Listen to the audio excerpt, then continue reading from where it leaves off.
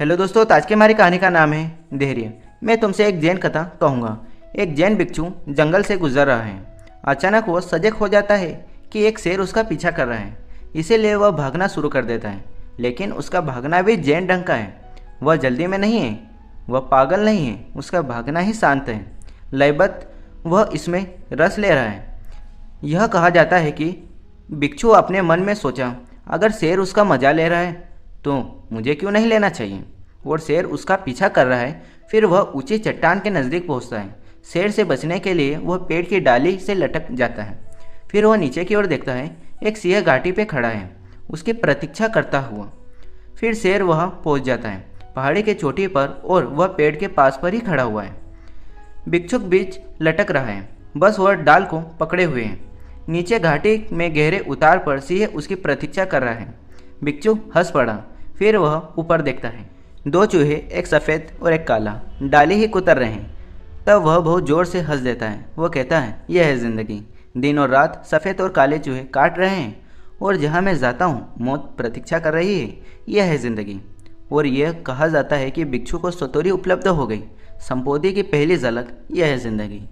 चिंता करने को कुछ है ही नहीं। चीज़ें इस तरह हैं, जहाँ तुम जाते हो मृत्यु प्रतीक्षा कर रही है, और अगर तुम कहीं नहीं जाते तो दिन और रात तुम्हारा जीवन काट रहे हैं। इसीलिए भिक्षु जोर से हंस पड़ता है, और फिर वो चारों ओर देखता है, क्योंकि अब हर चीज़ निर्धारित और अब कोई चिंता नहीं।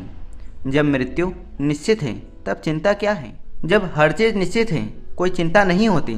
अब मृत्यु नियति बन गई है। इसीलिए वो चारों ओर देखता है, यह जानने के लिए कि इन थोड़ी सी आखिरी घड़ियों का आनंद कैसे उठाया जाए।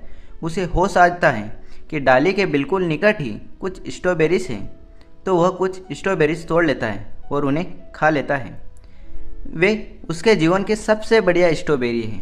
वह उनका मज़ा लेता है, और ऐसा कहा जाता है कि वह उस घड़ी में संबोधि को उपलब्ध हो गया था।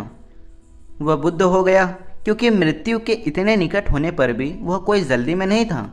वह स्ट्रॉबेरी में रस ले सकता था। वह मीठी थी, उसका स्वाद मीठा था। उसने भगवान को धन्यवाद दिया। ऐसा कहा जाता है कि उस घड़ी में हर चीज़ खो गई थी। वह शेर, वह सिंह, वह डाल, वह स्वयं भी। वह ब्रह्मांड बन गया। यह धैर्य है, यह संपूर्ण धैर्य है। जहाँ तुम हो उस क्षण का आनंद मनाओ, भविष्य के पूछे बिना। कोई भविष्य मन में नहीं होना चाहिए। केवल वर्तमान क्षण हो कि वर्तमानता, और तुम संतुष्ट होते हो। तब कहीं जाने की कोई आवश्यकता नहीं है। जहाँ तुम हो उसी बिंदु से, उसी क्षण ही तुम सागर में गिर जाओगे।